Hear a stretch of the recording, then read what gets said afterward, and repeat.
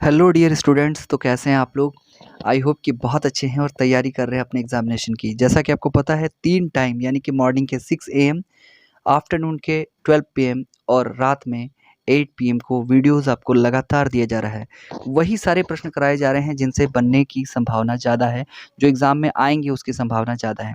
तो आज हम लोग करने वाले हैं 2 इंपॉर्टेंट टॉपिक, यानी कि भारत के प्रतीक चिन्ह और साथ में इसके साथ साथ हम लोग संघ और राज्य क्षेत्र के बारे में पढ़ने वाले हैं। इसके रिगार्डिंग जितने भी पॉलिटिकल साइंस के एमसीक्यू बन सकते हैं वो आपको आज कवर करवाए जाएंगे। तो बने रहिए हमारे पूरे वीडियो में, देखते रहिएगा वीडियो को अपने दोस्तों के साथ शेयर कीजिएगा। चलिए फिर चलते हैं फटाक से क्वेश्चन नंबर 1 की ओर। क्वेश्चन नंबर 1 कहता है कि भारत के राष्ट्रीय ध्वज तिरंगे का डिज़ाइन निम्नलिखित में से किसने तैयार किया था। तो आपको पता होना चाहिए कि राष्ट्रीय ध्वज जो तिरंगा है उसका डिज़ाइन मैडम भिकाजी कामा द्वारा तैयार किया गया था।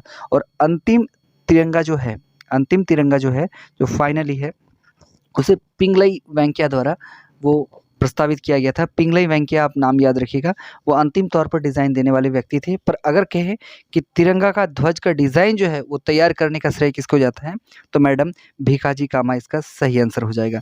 दूसरा प्रश्न देखिएगा, दूसरा प्रश्न कहता है तिरंगा को राष्ट्रध्वज के रूप में कब स्वीकारा गया। तो बहुत आसान सवाल था, 22 जुलाई 1947 को तिरंगा को राष्ट्रीय ध्वज के रूप में स्वीकारा गया था।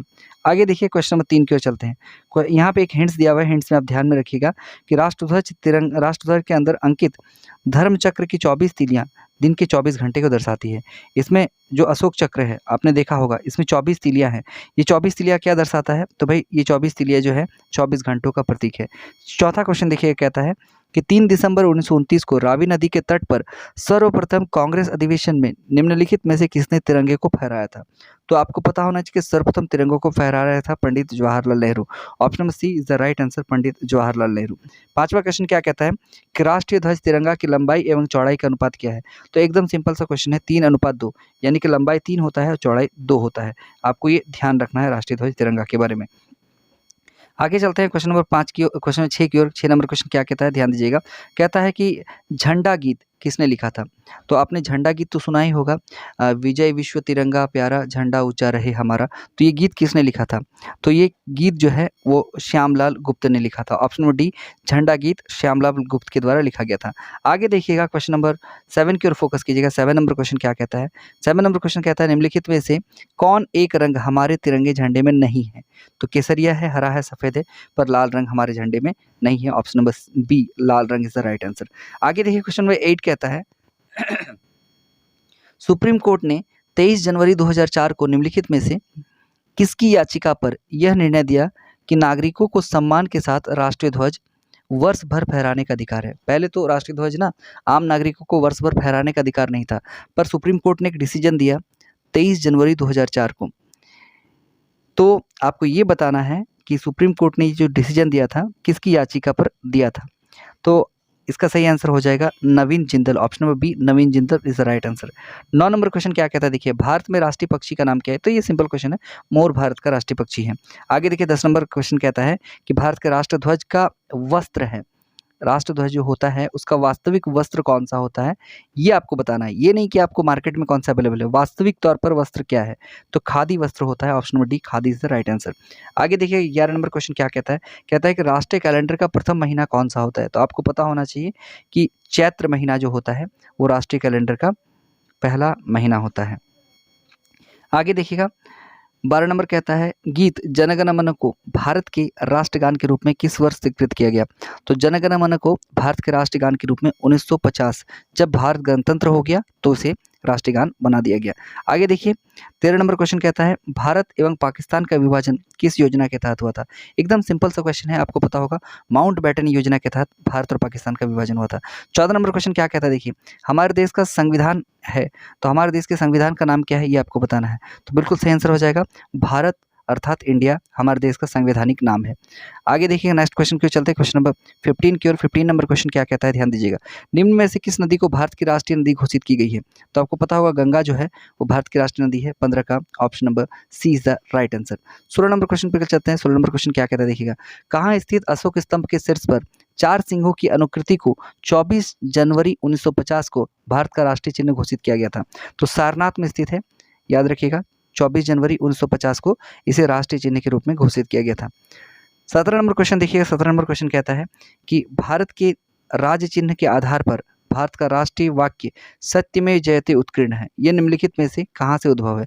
तो सत्यमेव जयते है मुंडक उपनिषद से लिया गया है। ऑप्शन नंबर सी मुंडक उपनिषद इसका सही आंसर हो जाएगा। आगे देखिए 18 नंबर क्वेश्चन क्या कहता है, इंपॉर्टेंट क्वेश्चन है। राष्ट्रगान जनगण मन के लेखक कौन थे या थी? तो राष्ट्रगान जनगण मन लेखक के लेखक कौन है? Rabindranath Thakur. Option number C is the right answer.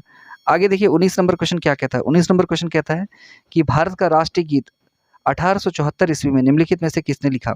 तो भारत का राष्ट्रीय गीत जो है वो 1874 में बंकिम चंद्र चट्टोपाध्याय ने लिखा था। तो option number A Bankim Chandra Chattopadhyay इसका सही आंसर हो जाएगा। इसे चटर्जी भी कह सकते हैं आप लोग। आगे देखिए 20 नंबर क्वेश्चन कहता है कि राष्ट्रीय गीत वंदे मातरम किस उपन्यास में से उद्धित है? तो वंदे मातरम किस उपन्यास से उद्धित है यानी कि लिया गया है, ये आपको बताना है। तो आपको पता होगा वंदे मातरम आनंद मठ से लिया गया है। आनंद मठ ऑप्शन नंबर ए इसका सही आंसर हो जाएगा। क्वेश्चन नंबर 21 की ओर चलते हैं।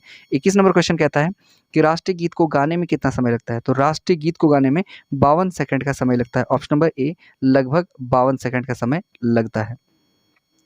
अच्छा, यहाँ पे राष्ट्रीय गीत की बात हो रही है, राष्ट्रगान की नहीं।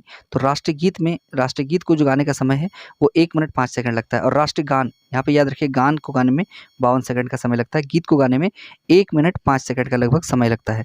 देखिए 22 नंबर क्वेश्चन क्या कहता है, ध्यान दीजिएगा।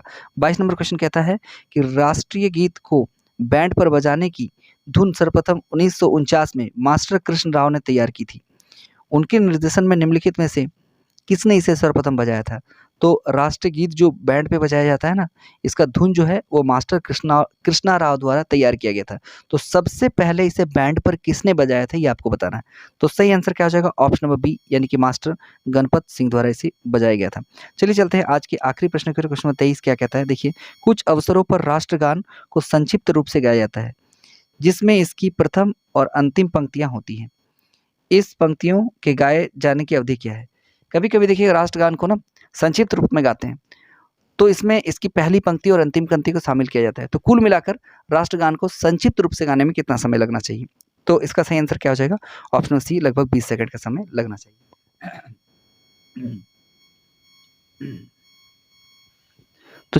तो चलिए गाइस, अब हम लोग करने वाले हैं भारत और उसके संघीय क्षेत्र से रिलेटेड जितने सारे इंपॉर्टेंट क्वेश्चन बन सकते हैं उसको। फटाफट से चलते हैं क्वेश्चन नंबर 1 की ओर। क्वेश्चन नंबर 1 क्या कहता है, देखिएगा। क्वेश्चन नंबर 1 कहता है कि भारतीय संविधान भारत का वर्णन किस रूप में करता है? आपको ये बताना भारत का जो संविधान है वो भारत का वर्णन किस रूप में करता है? तो सही आंसर है राज्यों के संघ के रूप में। Option number A is the right answer. Question number 2 देखिएगा, अनुच्छेद 248 के अंतर्गत अवशिष्ट अधिकार क्या है? 248 में कौन सा अधिकार है? तो पहला ऑप्शन यहाँ पे है और बाकी 3 ऑप्शन आपको यहाँ पे दिए गए हैं। तो तीनों ऑप्शन देखिए, इन तीनों में से सही आंसर बताना है आपको। तो सही आंसर हो जाएगा ऑप्शन नंबर डी, यानी कि वे अधिकार जो किसी भी सूची में शामिल नहीं है उसे अवशिष्ट अधिकार की श्रेणी में रखा जाता है। इसे आप ध्यान में रखिएगा। आगे देखिए क्वेश्चन नंबर 3 की और फोकस कीजिएगा। 3 नंबर क्वेश्चन कहता है कि भारत संघ में कितने राज्य हैं? तो आपको पता होगा वर्तमान में जो भारत संघ में 28 राज्य हैं। 28 इसका सही आंसर हो जाएगा। हालांकि यहाँ के आंसर 29 होना चाहिए, पर वर्तमान में 28 राज्य हैं, ठीक है, और 8 केंद्र शासित प्रदेश हैं, ये आपको ध्यान में रखना है। चलिए 4 नंबर क्वेश्चन देखिए, किसी राज्य के का क्षेत्रफल बढ़ाने, सीमा में परिवर्तन तथा राज्य का नाम बदलने का अधिकार किसके पास है? तो राज्य का क्षेत्रफल बढ़ाना हो, सीमा में परिवर्तन करना हो या राज्य का नाम बदलना हो, ये अधिकार किसके पास है आपको ये बताना है। तो ओनली संसद के पास है। ऑप्शन नंबर सी संसद इज द राइट आंसर। आगे देखिएगा नेक्स्ट क्वेश्चन नंबर 5 की ओर चलते हैं। क्वेश्चन नंबर 5 देखिएगा क्या कहता है। 5 नंबर क्वेश्चन बड़ा है पर क्वेश्चन आपको ध्यान में रखना है। पहले क्वेश्चन को पढ़ते हैं ध्यान से।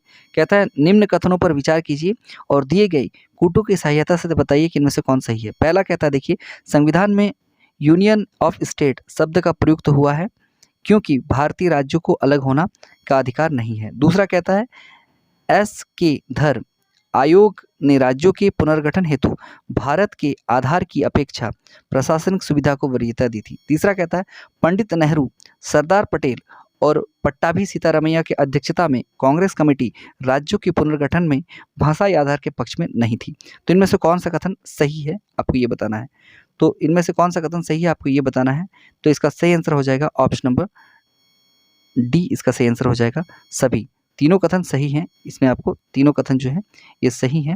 आपको ये बताना था कि कौन सा कथन सही है, तो तीनों कथन सही है। आगे देखिए क्वेश्चन नंबर 6 की ओर फोकस कीजिएगा। कहता है कि किस संवैधानिक संशोधन के अंतर्गत सिक्किम को भारत का एक सह राज्य बनाया गया? तो कौन सा संवैधानिक संशोधन था? तो ऑप्शन नंबर बी यानी कि 35वां संवैधानिक संशोधन था, ये आपको याद रखना है। 7वां क्वेश्चन कहता है संविधान लागू होने के पश्चात निम्न में से कौन भारतीय संघ का एक आरक्षित राज्य था? तो संविधान लागू होने के पश्चात कौन सा भारतीय संघ का एक आरक्षित राज्य था?